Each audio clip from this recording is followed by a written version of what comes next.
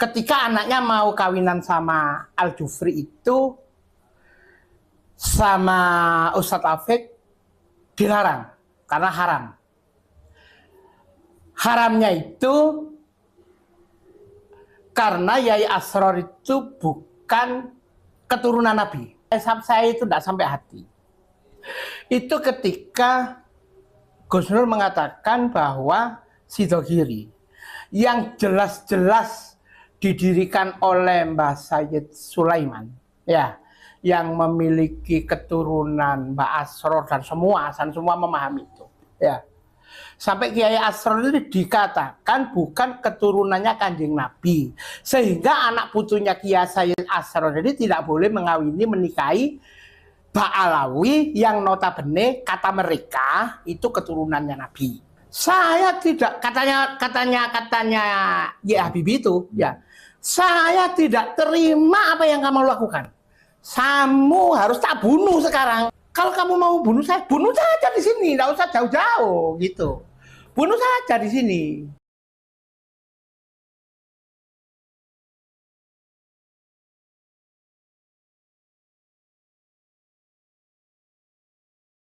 Monggo silakan. Ini saya juga, Assalamualaikum warahmatullahi wabarakatuh. Mohon maaf, saya tidak bisa langsung tak penggal, tapi ada kronologisnya. Kronologis awal itu ketika saya dipanggil oleh Yai Mas Nur Ghozi di rumahnya Gus Hamid Mujib atau Gus Hamid KPU terkenalnya, di rumahnya beliau. Jadi saya diminta datang, ternyata beliau curhat ke saya menyampaikan bahwa ketika besanan beliau mau besanan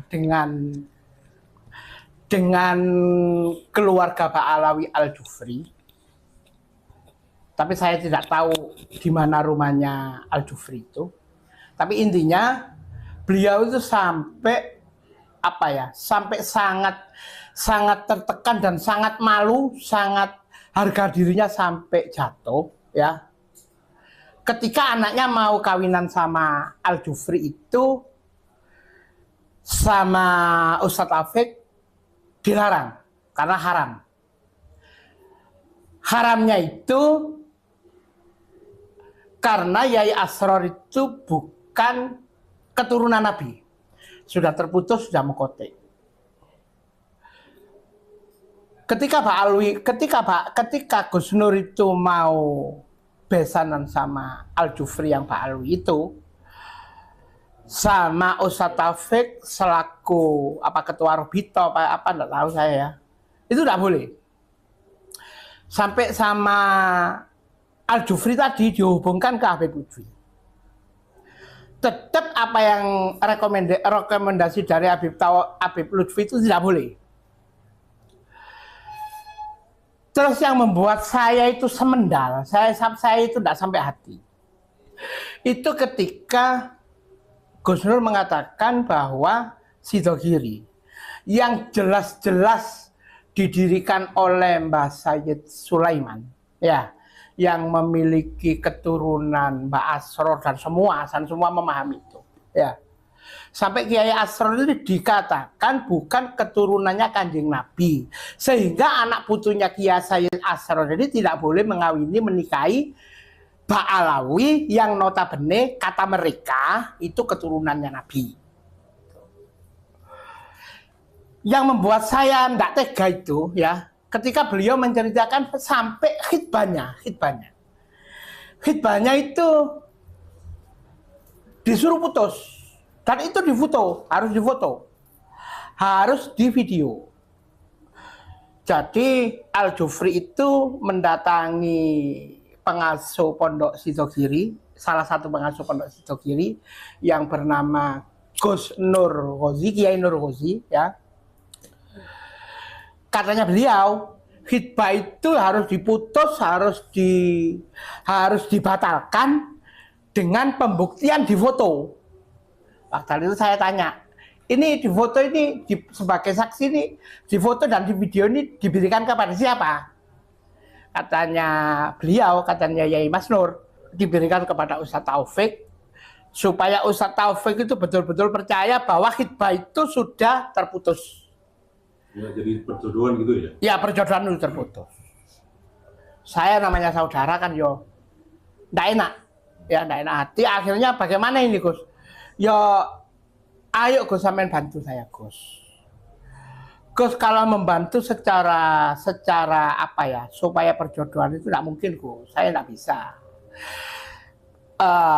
Kalau saya membantu itu secara halia saja Gus. Jadi halia-halianya beliau mereka ya harus kita cegah. Harus kita tunjukkan bahwa mereka itu tidak baik melakukan itu. Contoh ya, kawini orang-orang di mana-mana. Orang-orang pribumi banyak yang dikawini, Gus. Ya, terus dicerai. Ada yang dicerai dikasih no. Santri saya macam-macam lah. Itu Gus, maaf, yang mengawin itu dari kalangan Tembalawi juga? Kebanyakan yang dikawin cerai terus ditelantarkan begitu aja? Nah ya perlawanan kami ya saya ngomong sama Gus Nur kita harus melakukan perlawanan melalui moral Gus melalui halia-halia mereka. Salah satu contohnya ketika mereka membuat fatwa yang tidak benar harus kita cegah. Ketika mereka mengawini orang-orang pribumi terus dicerai kawin. Dan ini banyak informasi yang masuk. Ini khusus di Pasuruan ya? Khusus di Pasuruan, banyak informasi yang masuk. Ada anak-anak yang ditelantarkan, anak-anak mereka. Salah satunya saya pernah dengar dan pernah melihat sendiri, ada di Pasarpan, di saudara saya sendiri. Itu memiliki ada anak perempuan apa? Ya perempuan.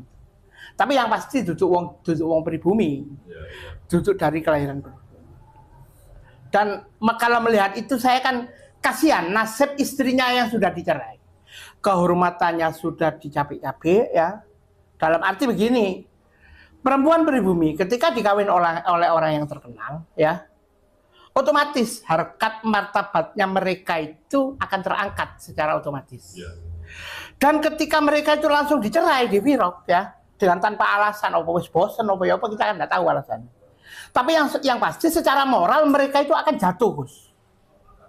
Dan ini yang harus kita perjuangkan. Jangan sampai pribumi itu ya meskipun halal, ya pancen halal, meskipun halal. Tapi kan mereka secara moral kejiwaan mereka sangat terganggu. Kalau melalui perjuangan melalui itu Gus secara medsos monggo. Ya, monggo. Akhirnya beliau itu melakukan perlawanan dari hal-hal yang bersifat fatwa. Saya melakukan perlawanan di medsos itu melalui yang bersifat halia, contoh kawin-kawin itu. Kebetulan di grup Semendi waktu itu ada persoalan yang sangat menarik, yaitu Gus Nur Ghazi itu melakukan perlawanan melalui fatwa yang dilakukan oleh Habib Tanggul yang diibaratkan dengan keberadaan Ustadz Taufik ya. Ya, Sekaf. Ini sangat menjadi perhatian mereka juga. Terus, sedangkan saya guyon-guyonannya itu melalui rondo-rondo. Dalam arti janda-janda itu, karena di grup itu memang sering saya itu memang bukan saya lah. Di grup itu secara otomatis ketika membahas persoalan-persoalan janda, ya itu akan booming, akan ramai. Dan memang di sana memang banyak artikulasi yang sifatnya menyindir orang-orang yang suka kawin cerai. Salah satu postingan yang membuat Ustadz Taufik marah itu ketika ada postingan dari Gus Nizam Sidoarjo. Itu Semendi itu langsung diblok punyaan saya itu. Gus, ini loh Gus, janda anak satu, ndak mau Pak Alawi, tapi maunya Sayyid. Tuh. Akhirnya tak blok juga waktu itu. Kok paling-paling si saya Ustadz Taufik. No, aku itu. Paling-paling, saya nggak berani, saya juga paham kok. Soal-soal IT juga paham. Paling-paling itu kan tidak bisa menjustifikasi. Ya kan? Paling-paling. Loh, ini di screenshot. Ya. Di screenshot, dua ini di screenshot. Yang satu, insya Allah yang screenshot.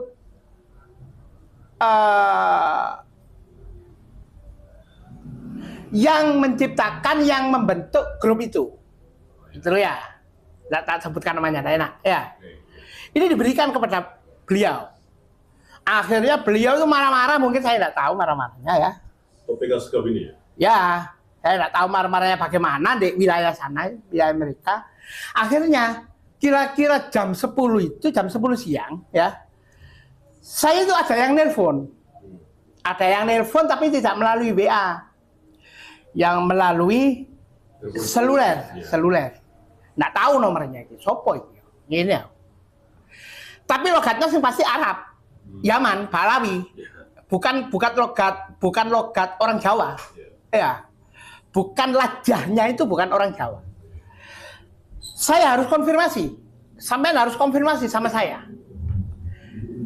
Dalam arti bahasa saya itu saya sudah langsung nyantol. Ini berarti Ustadz Taufik ini. Kan gitu pikiran saya pada saat itu. Ya apa karetnya sampean? Ustadz gitu. Kita harus komunikasi di warung-warung yang sepi. Kita harus komunikasi berdua. Saya sendiri, kamu juga sendiri. Waktu itu insting saya mengatakan, loh, iki kok koyo modusnya uang arek-arek orang-orang yang dipersekusi itu ya. Karena di Pasuruan ini banyak yang dipersekusi, ya, yang sering laporan ke saya. Jadi ada di Facebook itu mereka-mereka yang dipersekusi itu modusnya kayak tadi itu, gitu loh. Ke tempat, perjanjian ketemu berdua, ketemu di warung yang sepi, kita komunikasi, kita tabayun, kok sampai melakukan hal itu macam-macam, ya. Tapi modusnya kok kayak mereka-mereka yang dipersekusi, gitu loh. Karena EPI itu ya? Iya. Seperti di Kelurahan Kepel itu kan begitu, saya itu kan diceritani, gitu loh ya. Loh, iki kok aku kata dipersekusi ya? Batin saya begitu, oke siap. Nanti setelah sholat zuhur, tak telepon, atau sampai telepon saya. Gitu. Saya juga bukan orang kecil, ya. Saya karena sering dilapori begitu sama masyarakat, ya. Terus laporan persekusi mereka itu meskipun sudah laporan ke Polres, ya. Itu tidak ada tanggapan, tidak ada tindak lanjut. Nah, saat itu begitu ya? Ya, kebiasaan di Pasuruan itu begitu. Jadi ketika mereka itu persekusi sudah dilaporkan ke Polres, ya, itu tidak ada tindak lanjut. Salah satunya itu bukti yang ada di Kepel itu kebetulan RW-nya itu TNI, ya, RW-nya RT-nya TNI apa RW-nya polisi gitu, tidak tahu saya, lupa saya itu ya. Itu sudah laporan ke sana. Tapi tidak ada tindak lanjut. Akhirnya ada yang dipersekusi itu 3 hari pulang dengan babak belur sudah. Oh, begitu. Dari hal-hal demikian ini insting saya mengatakan, oh saya mau dipersekusi ini, gitu loh. Oke, saya jawab, oke, habis zuhur kita ketemuan. Dan saya akan sendirian. Saya tidak akan mengajak orang lain. Dan saya komitmen sendirian. Tapi pada saat itu saya tidak ke warung. Saya berpikir, saya kalau ke warung ya akan seperti orang-orang yang dipersekusi itu. Itu jebakan gitu ya? Iya, saya nggak mau ke warung. Otomatis saya ke Masjid Jamek. Tak manang masjid, saya ke Masjid Jamek saja. Hati saya ya. Saya ke Masjid Jamek, saya sholat zuhur di sana. Habis sholat zuhur, tak tunggu di Masjid Jamek. Setahu saya rumahnya beliau dekat di belakang Masjid Jamek. Ketika ada sesuatu, saya bisa masuk ke sana. Gitu loh. Dan saya tidak lari dari persoalan ini. Saya tidak lari. Saya tetap akan saya hadapi. Ya. Saya sudah di Masjid Jamek, ya. Loh, yang telepon WA akhirnya. Tidak telepon seluler sudah. Tadi kan telepon seluler. Ya. Ini terus telepon WA. Hmm. Gitu loh. Orang yang sama. Ya. Dan pada saat saya ke Masjid Jami itu, karena kebiasaan saya sama Mas Samsuri, Mas Samsuri. Mas Samsuri tak bilangi, Cak, saya anterin ke Masjid Jami. Ada persoalan sedikit. Cuma sampean nggak usah ikut masuk. Sampean di luar saja. Sampean melihat saya saja, nggak ikut masuk. Karena beliau yang kepingin ngomong sama saya itu, kepingin satu-satu gitu loh. Dia juga tidak membawa orang. Yeah. Gitu loh ya. Otomatis kan niat baik kan harus saya sambut dengan baik. Ya kan? Tetapi saya seandainya beliaunya tidak mau ngomong di Masjid Jami, oke di rumahnya. Kan begitu kan saya itu. Ya, oke di rumahnya. Setahu saya rumahnya di belakang itu.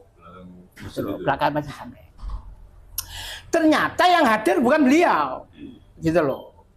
Yang hadir itu setahu saya ya sekarang ini tahunya. Namanya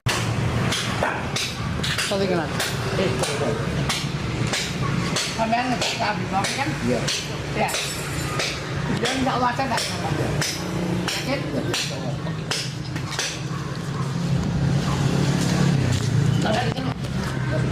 Kenapa dulu? Kawan. Aku bingung.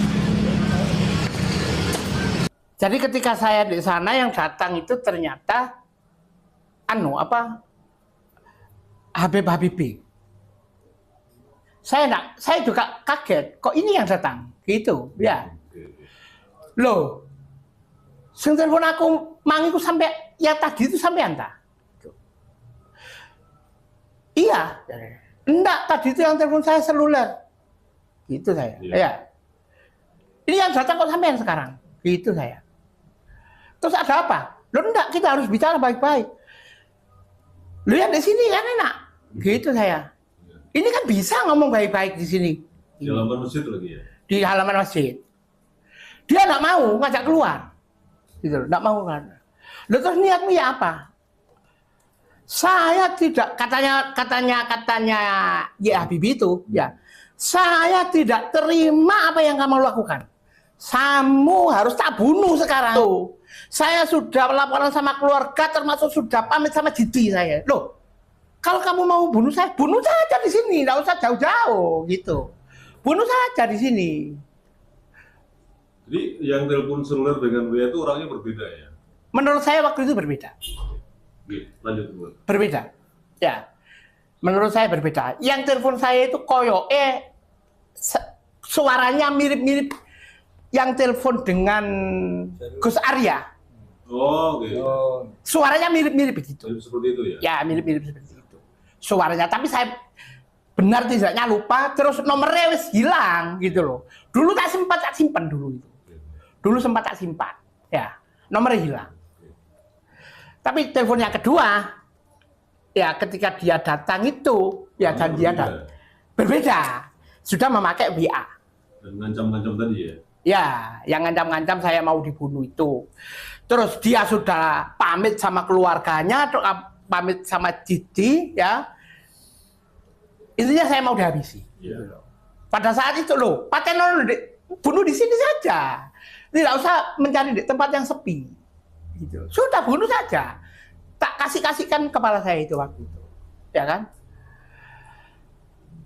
Ini tidak tahu. Saya cuma tahu video itu waktu itu videonya banyak, ya. Videonya banyak waktu itu. Tapi tidak tahu yang tersimpan cuma itu saja, nanti tak cari lagi. Ya. Yang apa komunikasi saya dengan Habibie secara jelas itu ya itu tak cari lagi. Tapi ada video sebagian saja itu yang tak berikan itu ya. Akhirnya saya sama takmir masjid karena kondisi ramai ya disuruh keluar saya itu. Oh iya saya keluar. Nah itu saya keluar karena saya menghormati takmir masjid kan ya. Saya keluar dari situ, diajak nemui Ustaz Taufik itu. Oh gitu ya. Tak bilang, lu kan ini di belakang sini rumahnya. Ayo ke situ. Saya langsung belok ke sana. Gitu. Ya. Katanya, Ustaz nggak di situ, Ustaz di pondoknya sana. Enggak, panggil sini pokoknya. panggil sini. Iya. Loh, sampai jangan sakarpan itu guru saya. Itu lah gurumu, masa guruku. Begini ya. Itu gurumu, bukan guru saya. Kamu pendatang macam-macam. Waktu itu saya itu sempat mau dipukul. Oh, dengan Habib. Iya, padahal memang tak suruh mukul memang, memang bunuhin bisa kue. Seandainya saya mati, ya, saya itu sudah berkomitmen. Seandainya persoalan-persoalan ini saya dibunuh oleh mereka, ya, saya rela kok, saya siap kok jadi tumbalnya Kiai Pribumi. Saya sudah bilang begitu. Ketika ini Mas Samsuri ini marah-marah, ketika saya waktu itu kan sudah mau masuk diajak ke pondoknya kan. Jadi Badrun sendiri waktu itu ya? Kenapa? Waktu di masjid itu nggak sendirian? Sendirian. Oh sendirian. Sendirian gitu loh. Cuma saya kan minta ke masjid itu kan minta diantar Cak Samsuri. Oh gitu. Ya kan? Saya kan bawa sepeda. Iya. Cak Samsuri terno aku. Nggak tahu ini kok nggak pulang, saya nggak tahu. Gitu loh. Tapi Pak Samsuri lihat kejadian itu Pak? Lihat. Waktu dengan Habib yang namanya Ya, Habib. iya, namanya Habibie sempat ngancam-ngancam memang ke. Sampai tahu saksi di lokasi itu ya? Iya, saya mendekati Gus itu. Awalnya saya enggak boleh. Coba dirinci gimana kejadiannya Pak Samsuri. Waktu itu saya disuruh menjauh ke Gus. Begitu kelihatannya ngancam-ngancam, langsung saya dekati Gus itu tadi. Tapi sempat mau mukul. Sempat mau mukul memang. Tak sampean kan nggak pulang itu kan karena orang-orang di mobil itu kan banyak. Banyak. Ya kan? Di situ Gus Huta mau keluar itu mau ditarik, disuruh masuk mobil. Tak lihat di mobil itu banyak orang. Si Habib itu ya? Iya. Suruhan yang nelpon seluler itu ya? Iya. Nggak tahu saya. Akhirnya enggak, saya tarik Gus Huta itu. Sampean kan sama saya Gus. Tadi Gus. Kok sampean mau naik mobil? Naik sepeda motor sama saya. Oh, Gus Huda mau ditarik oleh orang-orang yang namanya Yang Habibie. temannya itu ya? Iya. Oh. Mau disuruh masuk ke mobil. Sampean mau dibunuh, Gus. Papano aku mati. Biarin. Lah sampean mati aku melo mati bisa gini.